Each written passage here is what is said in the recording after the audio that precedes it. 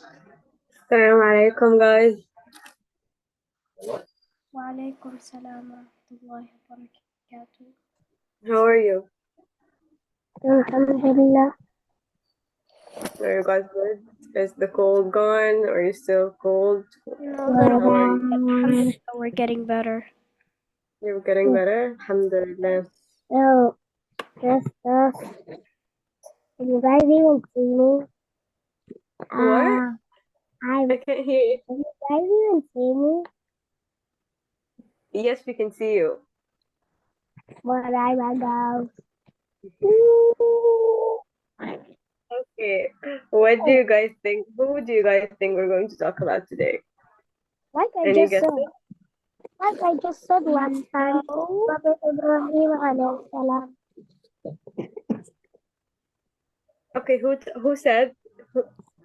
I don't know. Like I said last class, Prophet Ibrahim alayhi salam. Yes, it's Ibrahim alayhi salam. I think you both said it, right? Yeah. Yeah. Okay. Yes, we're going to talk about Ibrahim alayhi salam today. Okay. Let me share my screen with you. We can start.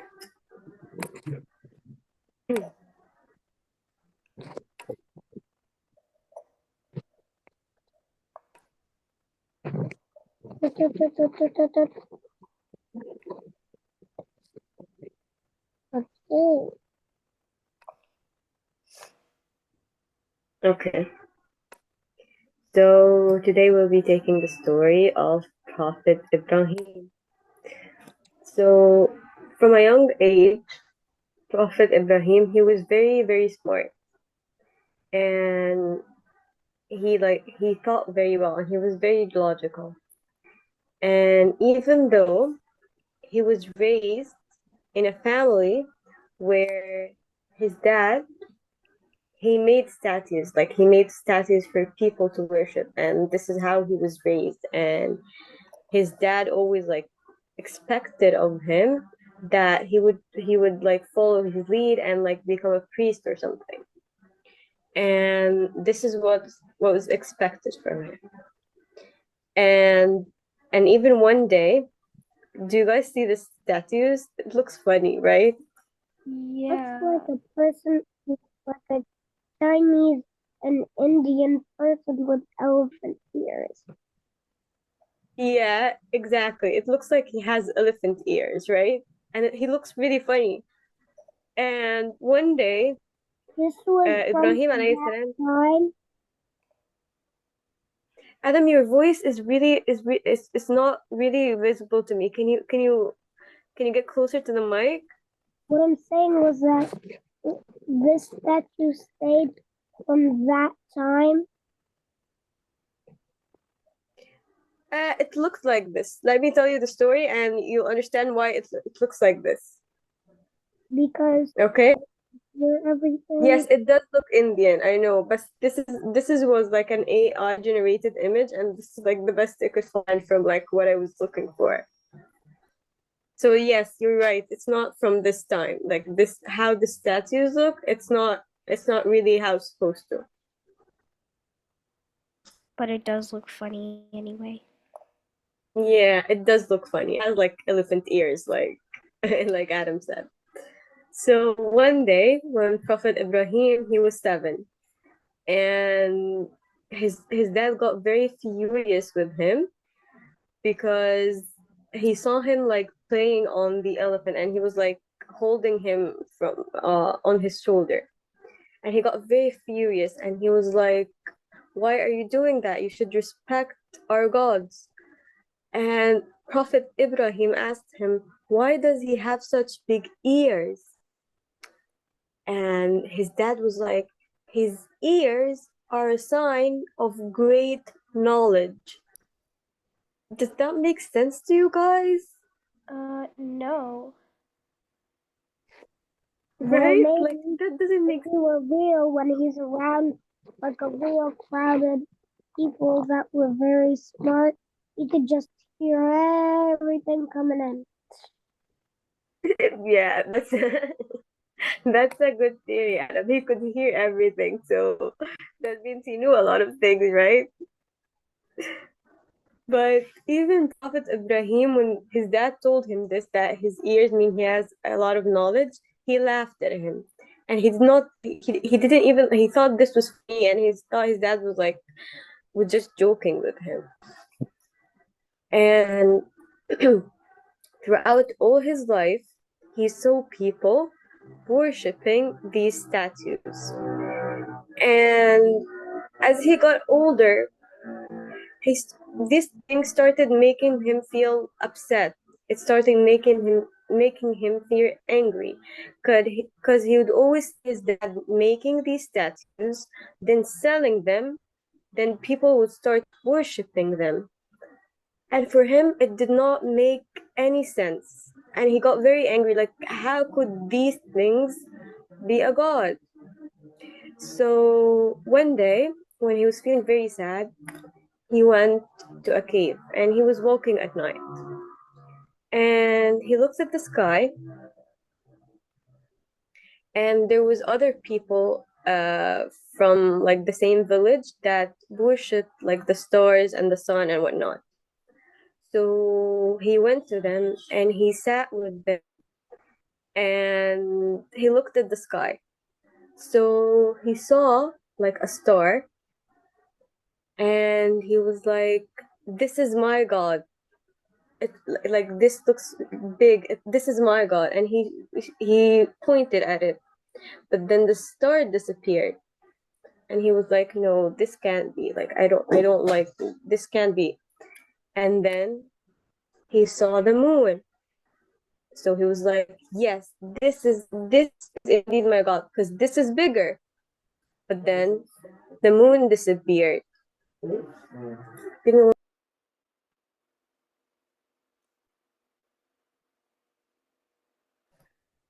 Okay, so and he looked at the moon and he was like, this is my God, this is bigger.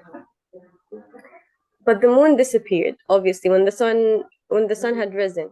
So he was like, no, this can also not be my God, because and if Allah subhanahu wa ta'ala does not guide me, I will be with the disbelievers.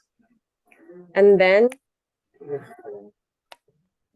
the sun the sun had risen. So he looked at it and he was like, yes, this is the biggest of them. This is like the most magical of them. So that has to be my God. But then the sun set. And then he looked at the people who worshipped all these things, and he was like, there is no way what you're saying is true. There is no way that the sun or the moon or the stars are actually God, because they disappeared. Allah subhanahu wa ta'ala, he wouldn't disappear, or he's always watching and he's always there. And Allah subhanahu wa ta'ala, he led him to the right path and he became a prophet. And he started preaching to these people that you worship these things, right? But what you should be worshiping actually is Allah subhanahu wa ta'ala, the one that created these things. But they started arguing with him. Can you guys like guess what their argument was? It's very silly.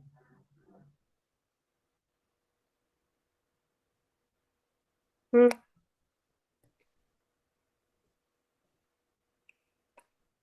I don't know. You don't have a guess? No. Okay, they told him that we saw our fathers do this before us, so we just have to follow them. He was like, this is your only excuse. Like, I am telling you, I'm giving you proof, I'm giving you all these guidance, and this is all you tell me? And he started like giving them like the logic behind it. And some people believed and some didn't. But then he had to go and talk to his other people, the one that worshipped the statues. So the first person he started with was obviously his father, because he really loved his father very much and he respected him and he meant a lot to him.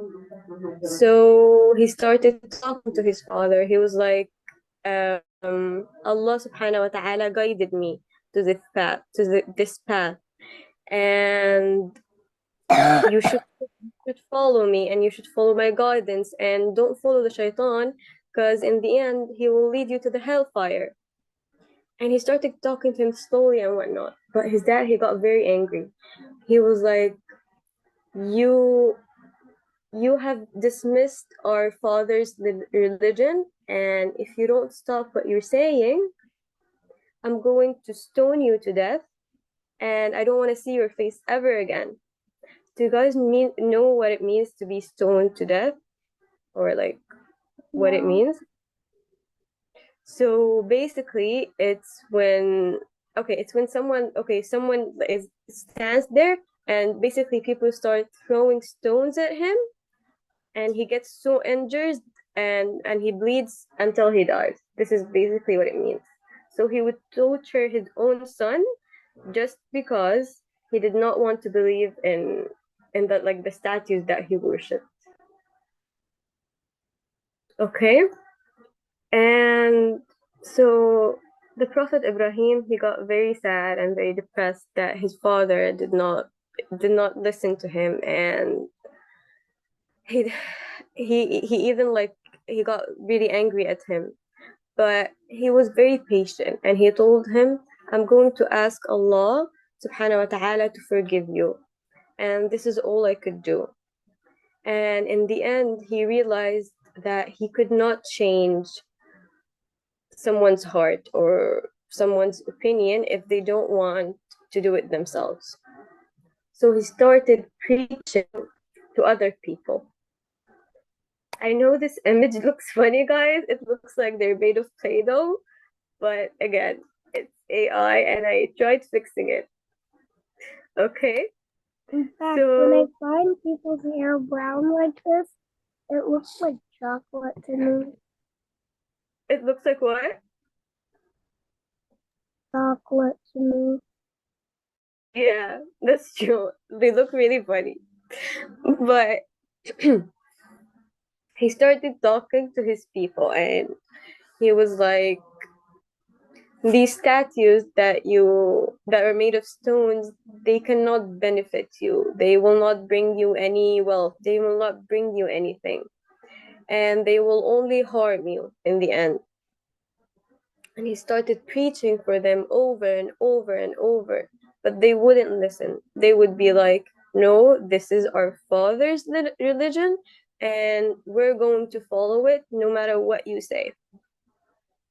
So Ibrahim alayhi salam, he started thinking, maybe if he couldn't talk to them, maybe he could convince them with like logic, like he did with the people who worship the sun. So he knew that in some coming days, a festival would be had in like a neighboring town. And he knew all the people in his village, they would go there and no one would stay at this village. So on this day, he went to one of their temples and it had like statues all around.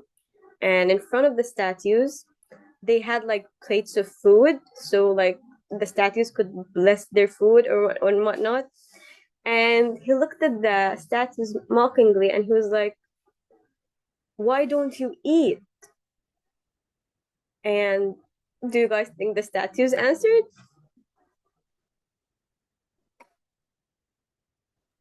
He thinks they did. What?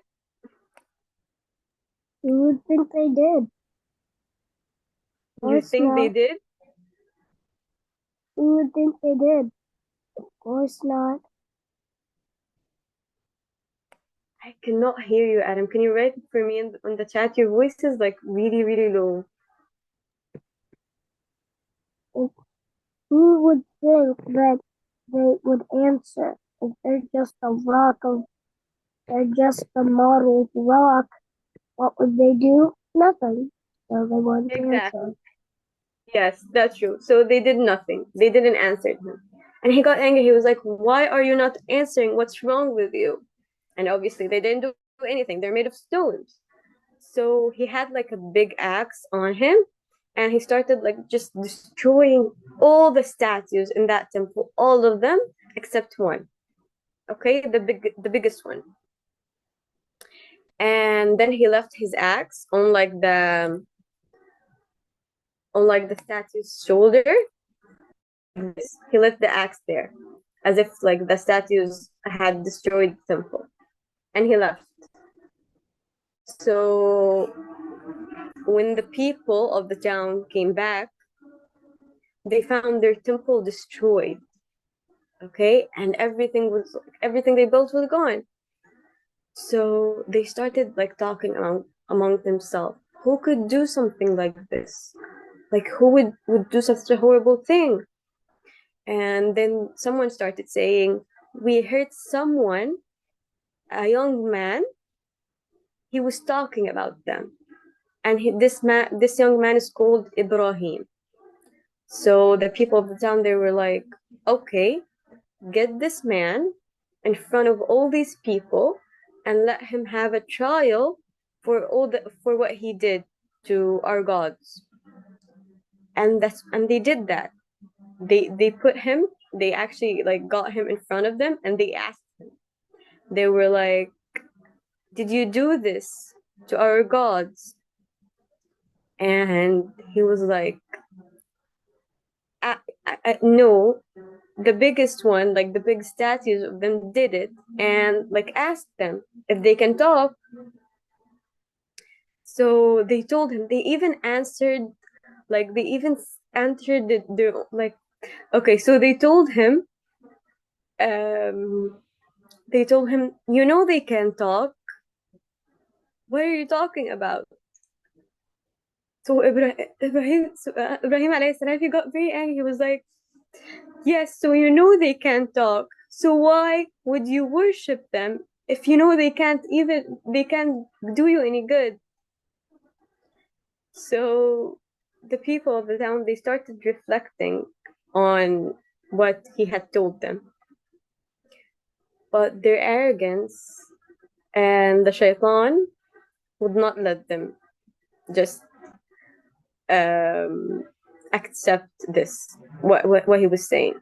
So they got angry again after they maybe reflected that maybe what he's saying makes sense, but no, the shaitan didn't let them, and they got angry again, and they told him, "We're going to burn you." So that's what they did. They started gathering a lot of firewood, like a lot of it, and they started digging a hole in the sand, like a huge hole, and they put all like, firewood in it, and then they lit a fire. And because the hole was so big and the fire was like really big, they couldn't even like just throw him in there or like push him. They had to make this device that uses like a lever, so he would be like thrown into the fire right away. And they had thought in their arrogance that after the fire calmed down, there would only be ashes left. There wouldn't be anything else left of Ibrahim's alayhi salam's body. But I think you guys know that this does not happen. So can you guys tell me what actually happened? The fire cooled down. Allah commanded the fire. They threw him into the fire,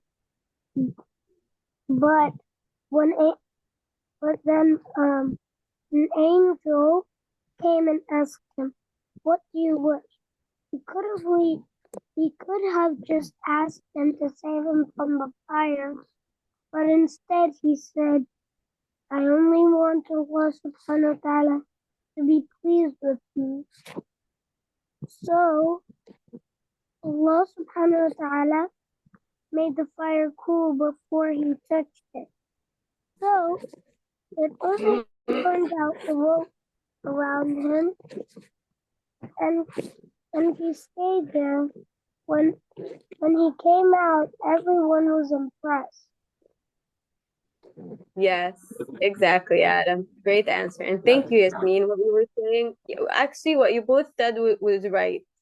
Yasmin said something and then Adam continued. Yasmin said Allah subhanahu wa ta'ala ordered the fire to be cool and safe for Ibrahim alayhi salam. And then Adam, you continued that yes, Jibreel alayhi salam came down to Ibrahim alayhi salam and asked him, what do you want? And he just told him, I want Allah subhanahu wa ta'ala to be pleased with me.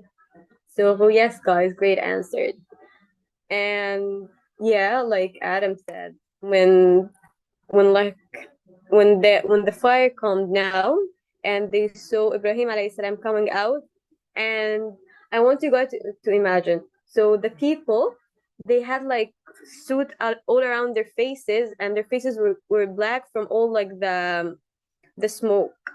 But when Ibrahim alayhi salam came out of the fire, his face was like clean, his clothes were clean, like nothing touched him. So everyone was like amazed, they were astonished. And some people did believe in Allah subhanahu wa ta'ala after this miracle, but others, no matter what happens, they still disbelieved and they were still arrogant, and they didn't believe no matter what Sayyidina Ibrahim did. And those little people, those few people that believed, they only did in secret. So they didn't show that they did believe of Allah subhanahu wa ta'ala, because they were scared that the others would like kill them. So after that, Ibrahim alayhi salam, like, okay, he was like, maybe I should go and immigrate somewhere else and preach to other people and see like what they say. So he did.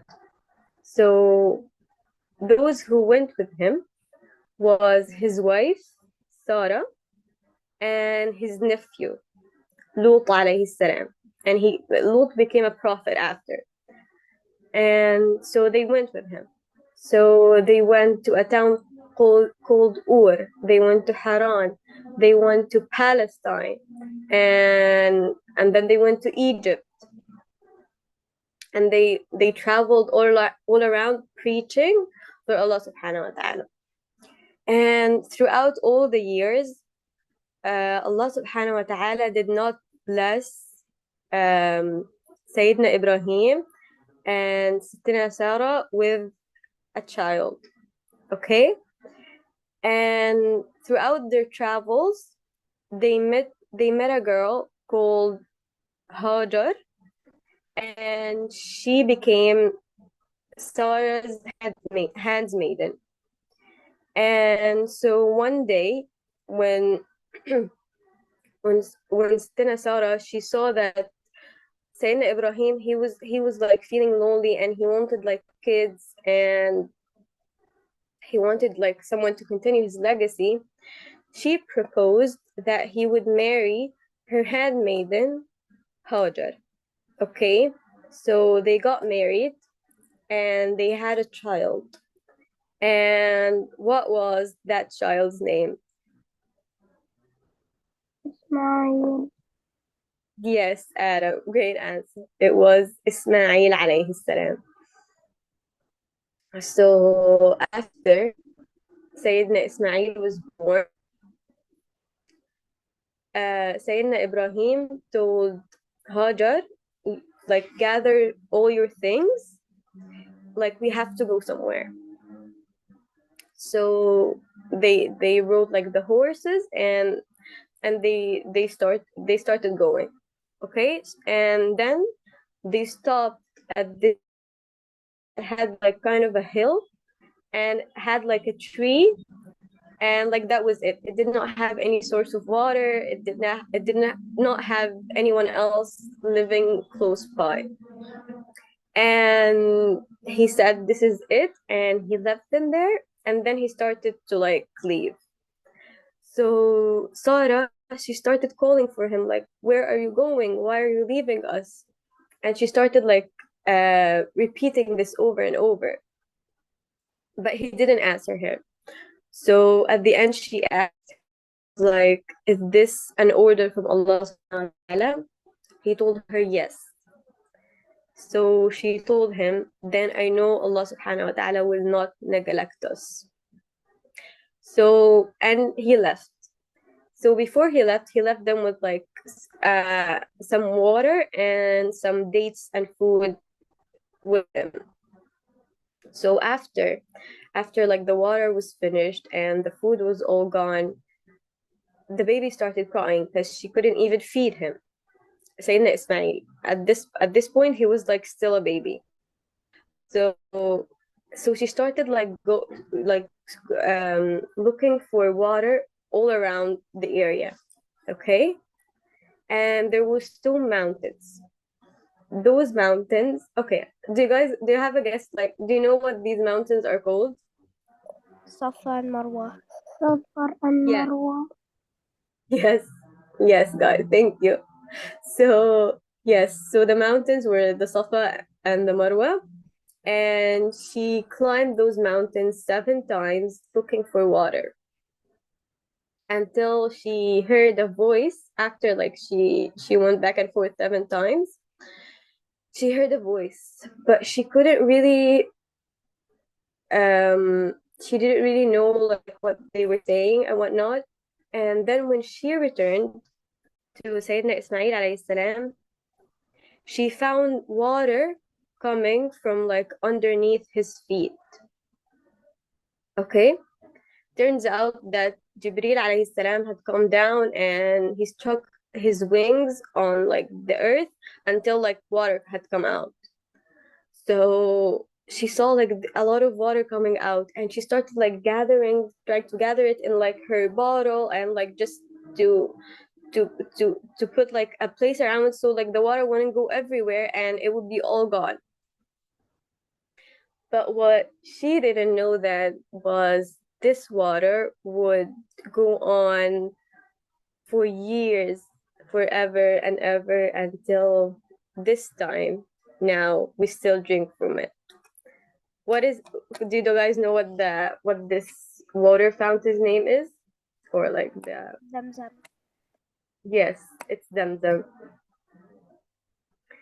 So they so after so after that, a group of people were like passing by, and they saw this source of water, and they asked Hagar, could we like stay with you in this place? So like, because like there's water and like we want to live here. And she told him yes, of course.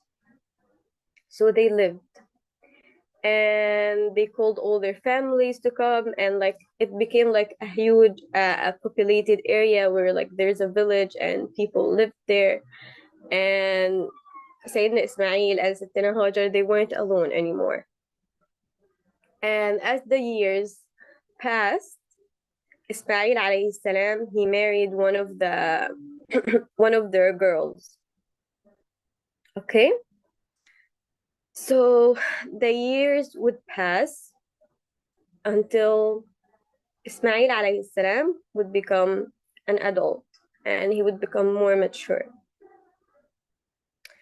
So then Ibrahim alayhi salam would come to him, and he would tell him that I had a dream that I was slaughtering you. So Sayyidina Ismail, he told him, like, this is an order from Allah subhanahu wa ta'ala, and you have to follow it no matter what. Don't you guys, like, this is like a huge thing, okay? Imagine this is his son that he he had waited so long for, that he had to leave as a baby, that he didn't get to spend as much time with, and he had finally gotten the time to spend some time with him, and now Allah had ordered him to kill him.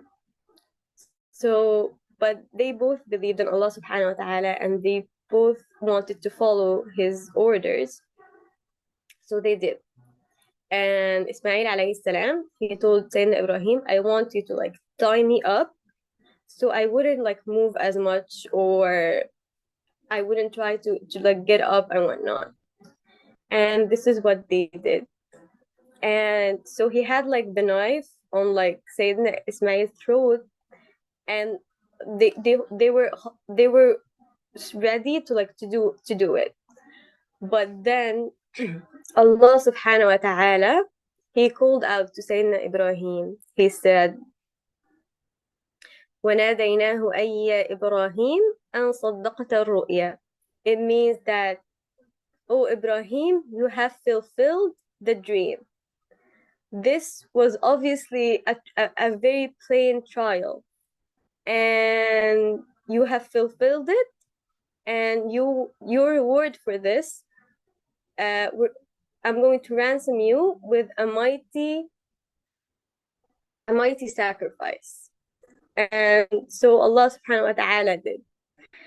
And he found like, so Sayyidina Ibrahim, he was holding the knife, and he found like in place of Sayyidina Ismail, he found this huge type of sheep, and in his plate, and Sayyidina Ismail was like far away, and he was safe and sound, and like nothing had happened to him. So Sayyidina Ibrahim, he said Alhamdulillah, and he slaughtered the sacrifice. And obviously this is what we do in Eid al-Adha. This is why, like, this is the reason we sacrifice. Okay? And so that's one story. And then a few years after, Sayyidina Ibrahim was also visiting Sayyidina Ismail, and he told him, I have another order from Allah subhanahu wa ta'ala. Will you help me with it? Sayyidina Ismail told him, yes, I will. So he had told him, Allah had ordered him to build a house on the hill.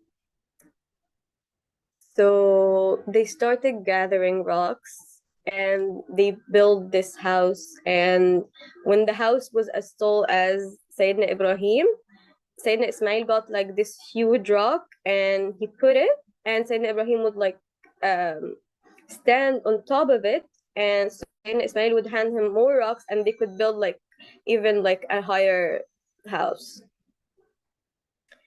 And this house was the house of Allah subhanahu wa ta'ala, and it is something that we now all know what is today.